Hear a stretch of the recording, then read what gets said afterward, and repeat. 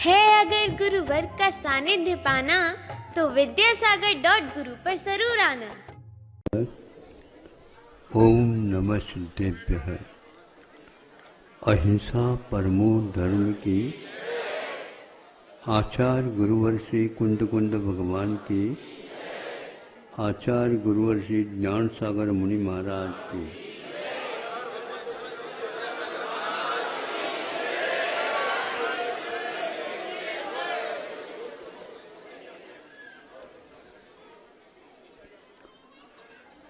त्रिंचों में पशु और पक्षी और उसमें जलचर, थलचर, नभश्चर आदि भेद को लेकर के मन वाले त्रिंच भी होते हैं।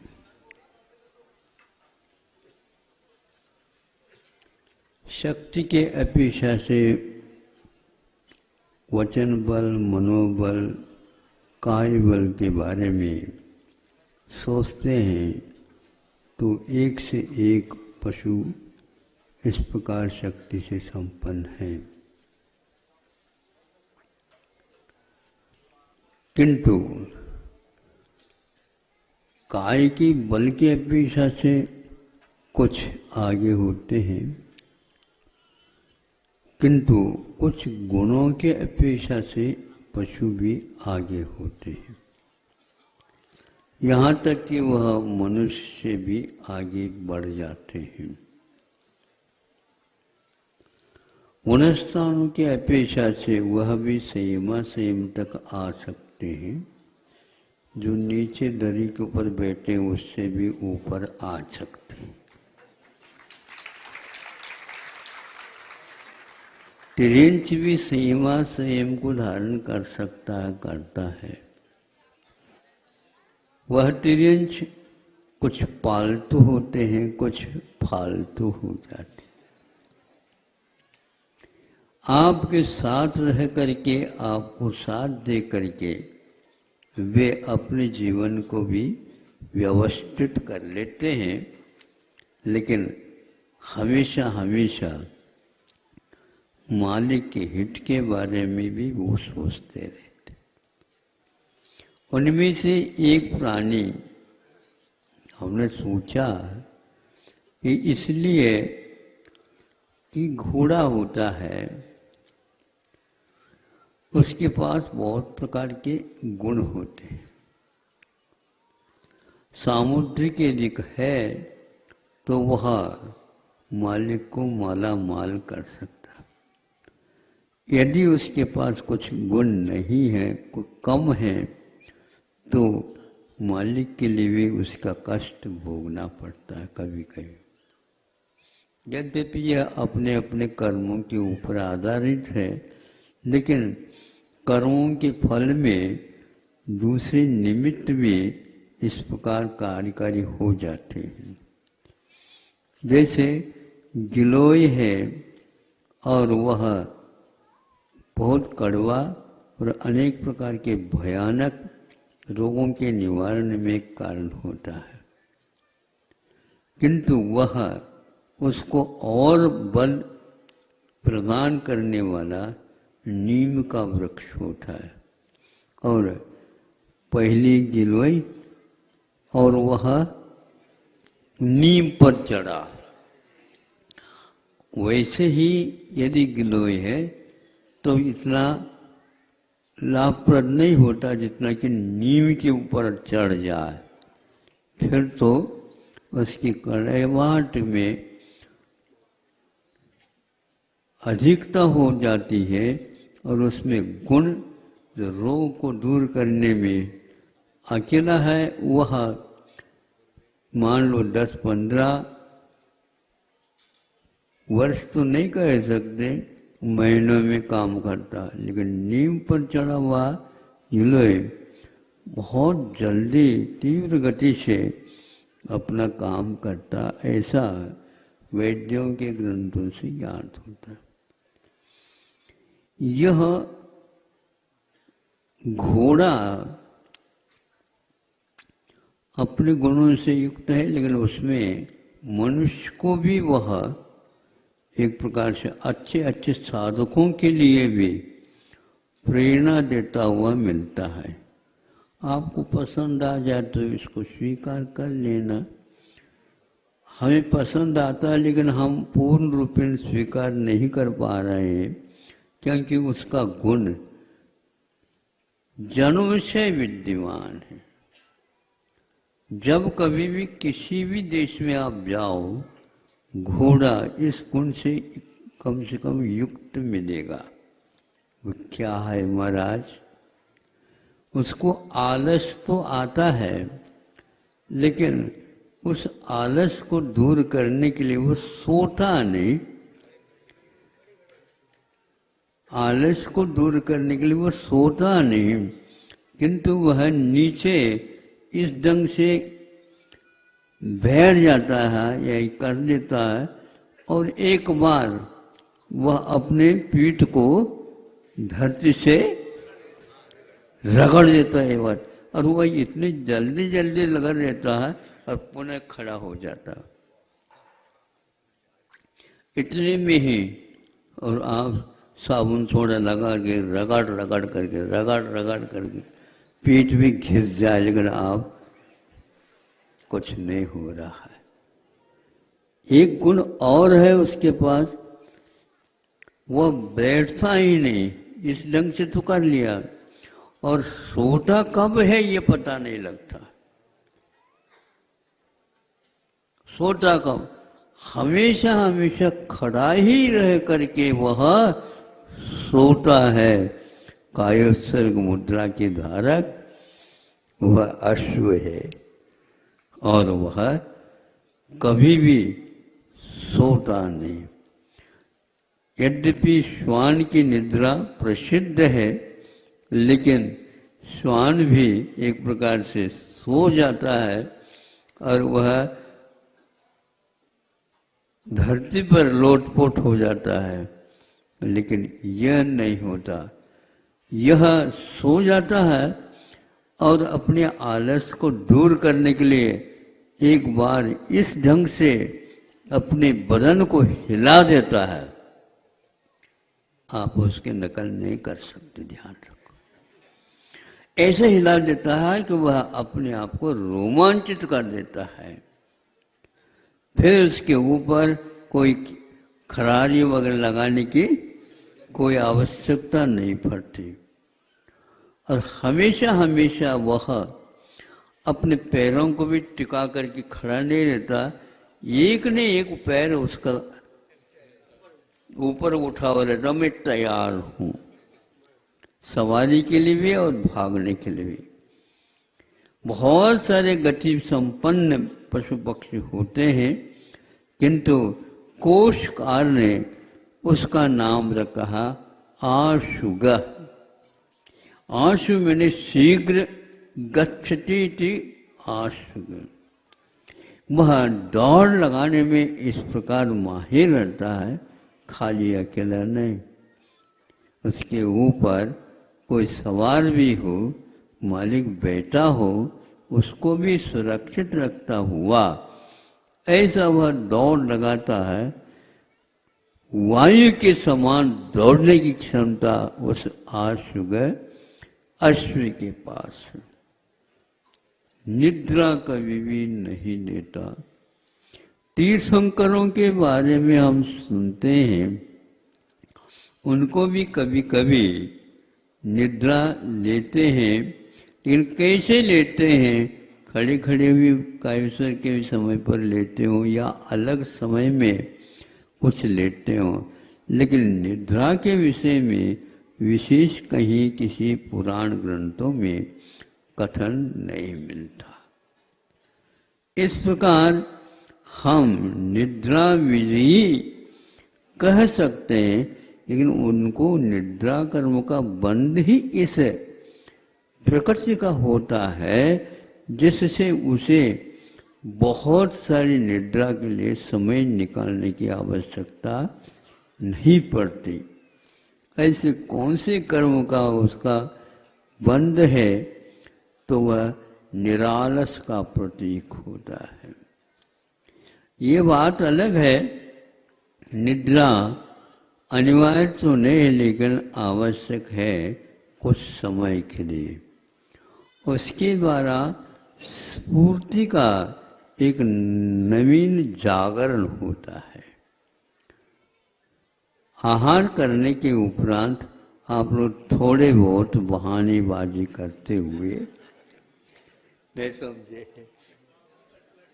किसी भी प्रकार से एक बार लुढ़क जाते ही, और ये भी कहते हैं थोड़े से आड़े हो जा, आड़े हो जा, आड़े हो जा या सुस्ता दो, थोड़ी सी कमर सीधी कर दो, मतलब टेढ़ी है। इसका अर्थ यही है। इसका अर्थ ये हो गया, कमर सीधी करो का अर्थ अपने आप में बहुत महत्वपूर्ण है। मुनि महाराज जो है कभी भी उल्टे भी नहीं सोते और चित भी नहीं सोते, आगम की आज्ञा है। अब ये बात अलग है कि शुरुआत से यदि मान लो अभ्यास हो चुका है, उस अभ्यास को मिटाना बहुत कठिन है। कब वह सीधे यूं आ जाते हैं ये पता नहीं लगता, फिर कहा जाता है कि भैया सीधे नहीं हुआ करते, कब हो जाता मुझे पता नहीं। पता कैसे नहीं है? दंड रखो, अपने आप ही ठीक हो जाएगा। यदि हम दंडित कर दें तो अपने आप ही कमर सीधी हो जाएगी। करवट के माध्यम से सोने से वे करता। तो यह खड़े खड़े होकर के भी बिना निद्रा भी इस प्रकार वृद्ध होने के उपरांत भी वह अपनी चाल में कोई अंतर नहीं लाता। वह भी वृत्ति बन सकता है, यह तो उसका जन्मजात गुण हुआ। वह कभी भी मांसाहार की ओर दृष्टि नहीं रखता। कहीं भी हो वह मांसाहारी। ये जन्म सिद्ध अधिकार है हमारा, और आपका कौन सा जन्म सिद्ध होगा? सिद्ध परिणति बनेंगे। आलस के ऊपर जीत लो। तो वह एक प्रकार से घोड़ा उसके ऊपर हमेशा हमेशा ध्यान देता है, और वृद्धावस्था में तो कम से कम वह बैठ जाता हो। इतने व्यक्ति बैठे, थोड़ी सी कहावत तो बाद में। अभी आप लोग कई घोड़ों को देखा होगा, जीवन में कभी वृद्ध होने के उपरांत तो सो जाए नहीं। एक संकल्प के धनी है वो, संकल्प के धनी नहीं, उसके पास ऐसी प्रकृति है। आप लोग भी ऐसा ही कुछ कर्म बांध लो, ताकि जब दीर्घ संगठन मिल जाएगा उस समय में भी हम सोएंगे नहीं। और निद्रा देवी यदि आ भी जाती है, हे देवी, हमारे यहाँ देवियों का कोई भी प्रवेश सुने होता नहीं। दूर रहो, उससे दूर रहता है। ये भी कहा गया है, निद्रा खाए हुए अन्न के पाचन में भी सहयोग देता है। तो सबसे ज्यादा हैवी चना चबाने वाला वह घोड़ा है, लेकिन चना को भी वह चट कर देता और पचा देता है, और बिना निद्रा के। इस प्रकार अप्रमत्त का प्रतीक है वो। अपने यहाँ दो ही आसन तीर्थंकरों के पास होते हैं, एक पद्मासन और एक खड्गासन। दूसरा कोई आसन नहीं लगाते। तो ऐसा लगता है यदि वो कभी निद्रा का सेवन करते हैं तो पद्मासन और खड्गासन में ही लेटे होंगे, ऐसा हमारा विचार है। तीसरा कोई आसन नहीं लगाते ध्यान के काल में, तो शयन के काल में इसी प्रकार करने में कोई बाधा नहीं होती। इतना अवश्य है वह विहार भी करते हैं। उपवास हो तो भी विहार करते हैं, 6 महीने तक उपवास होने के उपरांत भी वह विहार करते हैं। विहार इसलिए करते हैं कोई व्यक्ति उनके साथ मित्रता न कर ले।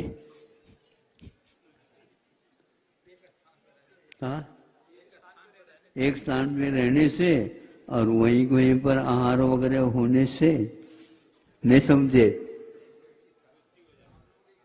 है? नहीं, एक स्थान में होने के उपरांत भी वो दृष्टि का त्याग हो जाता है।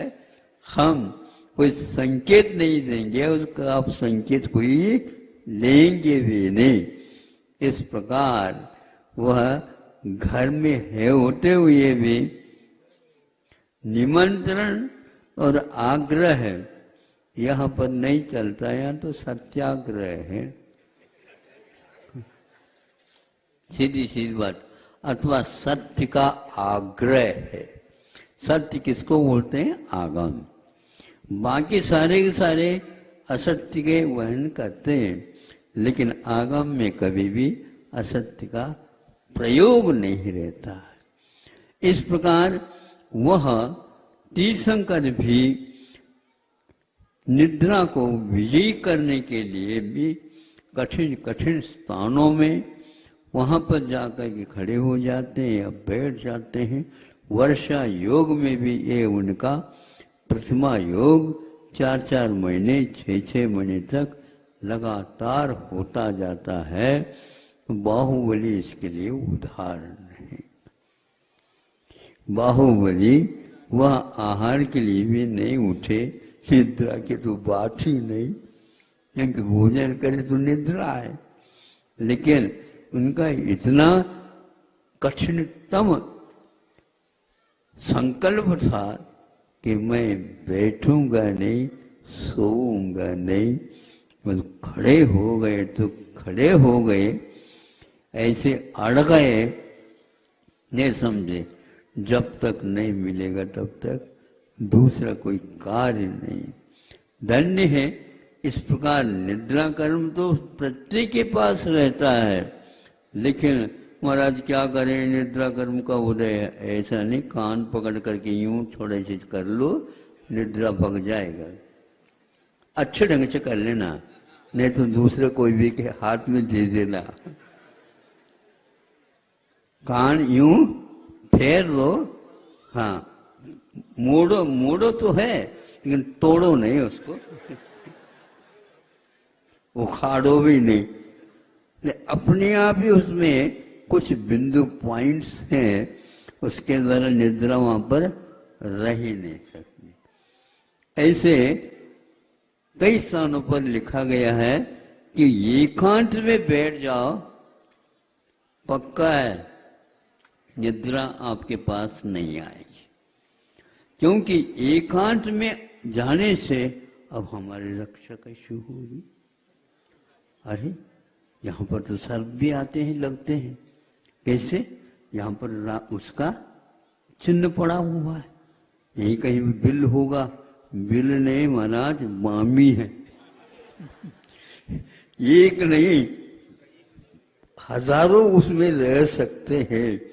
और जिस समय आप सोएंगे उस समय आपके परिचय के लिए वो आएगी। इसलिए सोना, इसी ने कहा कि हाँ बताओ क्या, मैं बहुत थक गया हूँ, बहुत परिश्रम हो गया है और नींद तो आई ही नहीं 2 दिन से।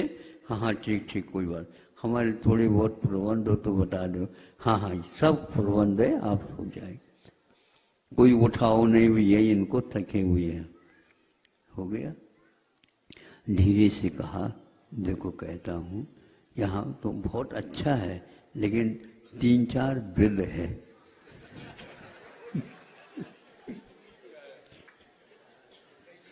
अब बताओ, निद्रा देवी आएगी? नहीं है ना। आपके निद्रा भी बहुत शानी है। इसके लिए प्रशिक्षण कहाँ से मिला बताओ? अरे अपनी रक्षा जहां पर नहीं है वहां पर कैसे?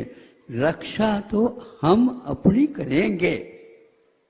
शरीर की रक्षा करने के लिए नहीं कहा, शरीर के लिए भाड़ा दो और आत्मा की रक्षा करो। कषायों से बचोगे, शरीर भी बचेगा और आत्म तत्व का भी विकास होगा। इस प्रकार एकांत में रहने से अपने आप ही निद्रा के ऊपर विजय और भय के ऊपर भी विजय, भय को जीतने का भी वह साहस आ जाता है। तो आप अकेले अवतरे मरे अकेलो हुए। ये याद है आप लोगों को? हाँ महाराज, याद करते करते बूढ़े हो गए, फिर भी रोते रहते हैं, वियोग हो जाता है। नाती पोते होने के उपरांत भी दादाजी के आंखों में पानी आता है, क्योंकि घर में कई सदस्य सो गए हैं बुखार के कारण आदि आदि। तो ये सारा वो ये है 12 भावना, 1200 भावना नहीं चाहिए मुझे, 12 ही चाहिए, पर्याप्त है, उनका कल्याण हो जाएगा। तो घोड़े से आप सीखेंगे और किसी से नहीं। हाँ, वह अश्व अपना स्वामी ने कुत्ता भी निद्रा विधि है, रात में भी रात्रि जागरण ऐसा उनका उसका नाम है। इसको जागता है ऐसा नहीं कह ले, खड़े होकर के सोता है, लेकिन वह सोने का बहाना करता है, पूरा नहीं सोता। उसके कान यूं यूं करते रहते हैं, कहाँ कहाँ है ये सब न्यूज लेता रहता है। एकदम बैठ करके बैठ जाएगा, भाग जाएगा वहां से जहाँ पर चहल पहल चल रही है। ऐसा अकेला ही कोई चोर वगैरह आ जाए तो अकेले कहते हैं हम जाग रहे हैं। कुत्ते भौंकने लग जाएंगे तो चोर भी भाग जाते और आ जाएंगे लोग। इसलिए ऐसे भी प्राणी रहते हैं, इसलिए मूलाचार में श्वान निद्रा कहा गया कि आपको कुत्ते के समान शयन करना है, अजगर के समान नहीं। अजगर जो है ना 6-6 महीने तक सोता बताते हैं। अनेक और प्रसिद्ध पुराण पुरुष भी हुए हैं जिन्होंने अपने जीवन में कुंभकर्ण है, तत्व मोक्षगामी जीव थे वो, लेकिन फिर भी निद्रा के शौकीन थे। है? हाँ, बहुत निद्रा कर्म का उदय है। इसलिए निद्रा और प्रचला और त्यान गृद्धि, ये आज की निद्राएं हैं। केवल निद्रा और प्रचला ऊपर के गुणस्थानों में भी पाए जाते हैं। प्रसंग के अनुसार आपके सामने जब कभी भी मिल जाए प्रसंग तो वो भी बता दिया जाएगा। अहिंसा परमो धर्म।